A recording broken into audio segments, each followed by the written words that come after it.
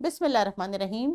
अस्सलाम वालेकुम nursery class, welcome back for today's lesson. Miss Sadaf आपके लिए आज जो लेसन लेके आई हैं, आई होप आप उसके लिए बिल्कुल रेडी होंगे। और डियर टीचर्स, आपने lesson plan, power point presentation और एक्टिविटी का मटेरियल भी रेडी कर लिया होगा डिस्क्रिप्शन बॉक्स पे क्लिक करने के बाद। सो आई होप इस सारी प्रिपरेशन के बाद हम लेसन की तरफ आगे बढ़ सकते हैं जल्दी से। और मुझे पता है मेरे बच्चे बहुत एक्साइटेड हैं आज ये देखने के लिए कि मिस सदफ उनके लिए कौन सी नई एक्टिविटीज़ लेके आई हैं। तो dear teachers, let's start with the lesson and today's skills. जो आज हमें स्किल्स चाहिए बच्चों, वो कौन सी है? रीडिंग की और राइटिंग की।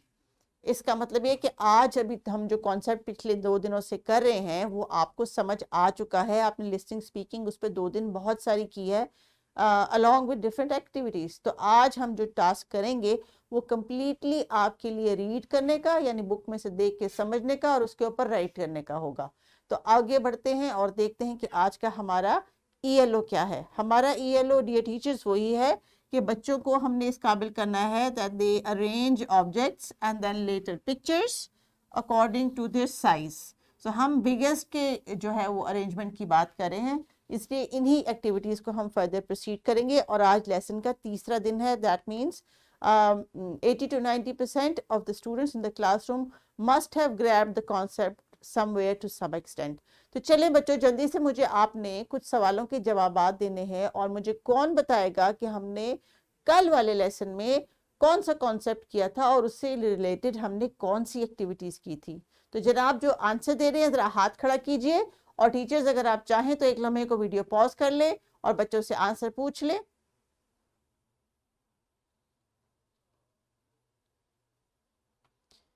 तो जनाब जिन्होंने आंसर दे दिया, आए देखते हैं हम उसके साथ आंसर्स मैच करते हैं। हमने मैथ कॉर्नर में जाके शूज को कंपेयर करने की एक्टिविटी की थी। शाबाश, जिनको याद है, वेरी गुड।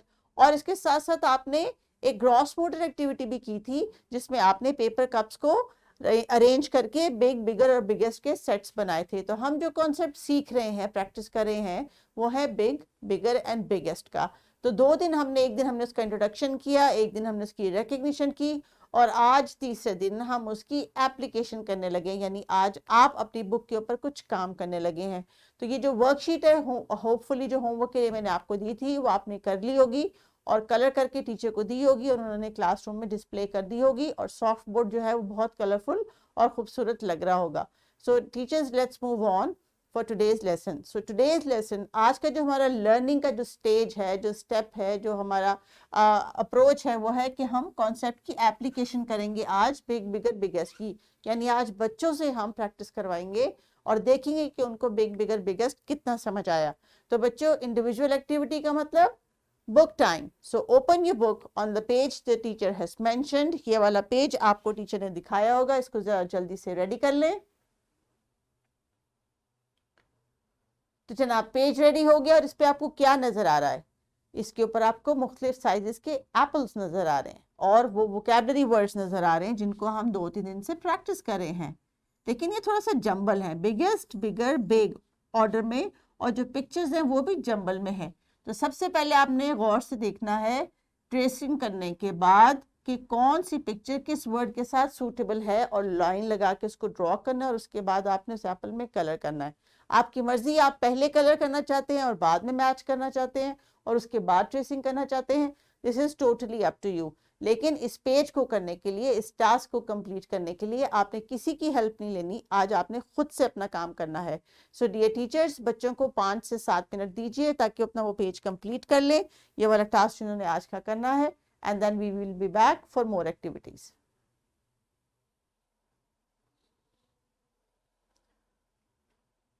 पेज कलर हो गया, मैचिंग भी होगी, ट्रेसिंग भी हो गई। तो आज आपने बिग, बिगर, बिगेस्ट की जो मैचिंग की, आई होप कि बिल्कुल करेक्ट की होगी। तो मैं स्क्रीन पे जल्दी से करके दिखा देती हूँ कि मुझे जो समझ आई थी। So there are 3 sizes here. सबसे बड़ा वाला कौन सा है? वो बिगेस्ट होगा ना, तो हमने उसको लाइन लगा के बिगेस्ट के साथ मैच कर लिया। देन दिस कम्स बिगर, जो उससे थोड़ा सा स्मॉलर है और थोड़ा सा उसके साथ जो है साइज में डिफरेंस है, and then comes the big one. So biggest, bigger big जब ऑर्डर में आएगा तो बिग बिगर बिगेस्ट के ऑर्डर में इस तरह आपकी पेज की डेफिनेटली मैचिंग हुई होगी और कलरिंग भी आपने प्यारी सी की होगी। तो आगे बढ़ते हैं और आज देखते हैं आपका होमवर्क क्या है। अभी आपने बहुत सारी राइटिंग भी की, कलरिंग भी की, तो हाथ भी थक गए होंगे, थोड़ा सा रेस्ट कर ले, होमवर्क अच्छी तरह समझ ले ताकि आप जाके मामा को भी बता सके। तो डियर टीचर्स, इस होमवर्क के लिए जो टास्क है वो आपने बच्चों को अच्छी तरह इस लेसन के बाद ब्रीफ कर देना है, और अगर चाहें तो उनकी डायरी पे भी नोट कर दें कि उन्होंने क्या करना है ताकि उनको घर जाके भूले ना। तो आज आपका होमवर्क जो है वो एक्स्ट्रा प्रैक्टिस प्रोजेक्ट है जो आपने घर पे करना है। हाँ जी, क्योंकि जब हम 3 दिन एक कॉन्सेप्ट को पढ़ते और समझते हैं तो हमें बहुत अच्छी तरह समझ आ जाती है, तो एक प्रोजेक्ट तैयार करने से हमें बहुत एक्साइटमेंट होती है और हमारी क्लासरूम में जो है डिस्प्ले में भी इजाफा होता है। तो प्रोजेक्ट क्या है जनाब? आज आपका जो प्रोजेक्ट है उसके लिए आपने एक चार्ट पेपर, एक पोस्टर तैयार करना है, जैसे कि आपको स्क्रीन पे नजर आ रहा है। आपके पास एक चार्ट पेपर होगा, कुछ मार्कर्स होंगे, कुछ सीजर्स होंगे, ग्लू होगी, और आप न्यूज़पेपर्स में से या मैगजीन्स में से डिफरेंट चीज़ों की कटिंग लेके आपने उनको ऑर्डर करना है। आपने इनको बिगर बिगेस्ट के ऑर्डर में इनको अरेंज करना है, और ये कटिंग्स न्यूज़पेपर की आपने खुद निकाल के अपने पेरेंट्स को देनी है कि वो आपको काट के दें। तो ऐसा पोस्टर तैयार करने में अगर आपको 1-2 दिन लग जाए तो कोई बात नहीं, लेकिन आपने अपना ये पोस्टर अपने पेरेंट्स की या अपने बड़े बहन भाइयों की हेल्प से प्रिपेयर करके आना है।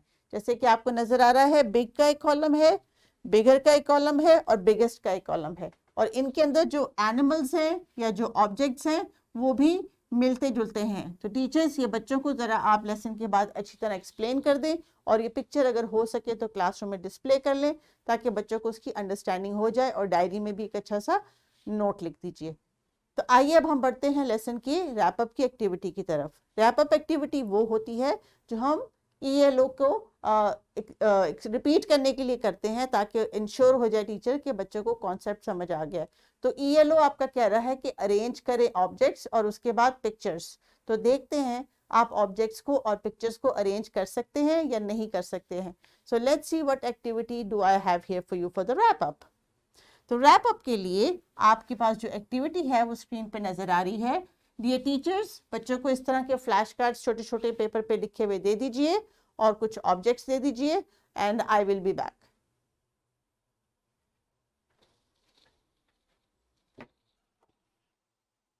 तो जनाब, ये आ गया है मेरा मैजिक टेबल जिसके ऊपर हम एक्टिविटीज करते हैं, और आज जो भी मैंने आपको स्क्रीन पर एक्टिविटी दिखाई थी और उसके लिए टीचर्स ने आपको कुछ छोटे छोटे स्लिप्स के ऊपर वोकैबुलरी वर्ड्स भी लिख के दिए होंगे, जिस तरह के ये अभी आप जरा पढ़ेंगे मेरे साथ। Big, bigger, biggest, big, bigger, biggest. और इसके साथ साथ मेरे पास ये 3 प्लास्टिक के कप्स हैं, तो मैंने उनको इन वर्ड्स के हिसाब से अरेंज करना है।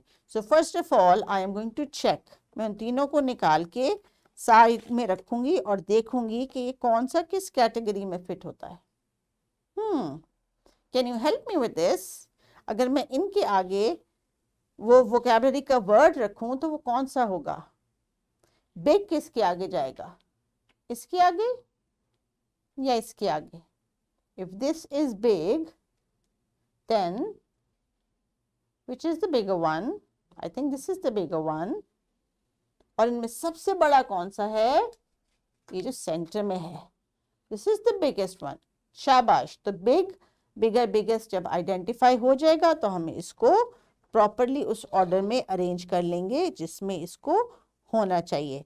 सो there you go, big, bigger and biggest. अगर टीचर आपको कोई और ऑब्जेक्ट देती हैं, मिसाल के तौर पे कोई टॉय देती हैं या क्लासरूम में मौजूद किसी किस्म की बुक या कॉपी देती हैं, तो आपने उस मटेरियल को इन वर्ड्स के एग्जैक्ट सामने रख के उनको बताना है ताकि आप हमें पता चल जाए कि आपको बिग, बिगर, बिगेस्ट की भी समझ आ गई है। तो टीचर, ये आपकी रैप अप एक्टिविटी है, इसको आपने करते हुए पूरी क्लास को इन्वॉल्व करना है और इंश्योर करना है कि आज डे 3 के बाद बच्चों को इन तीनों वर्ड्स की समझ आ गई है। तो इस एक्टिविटी को कंटिन्यू कीजिए और उसके बाद हम लेसन को एंड करते हैं।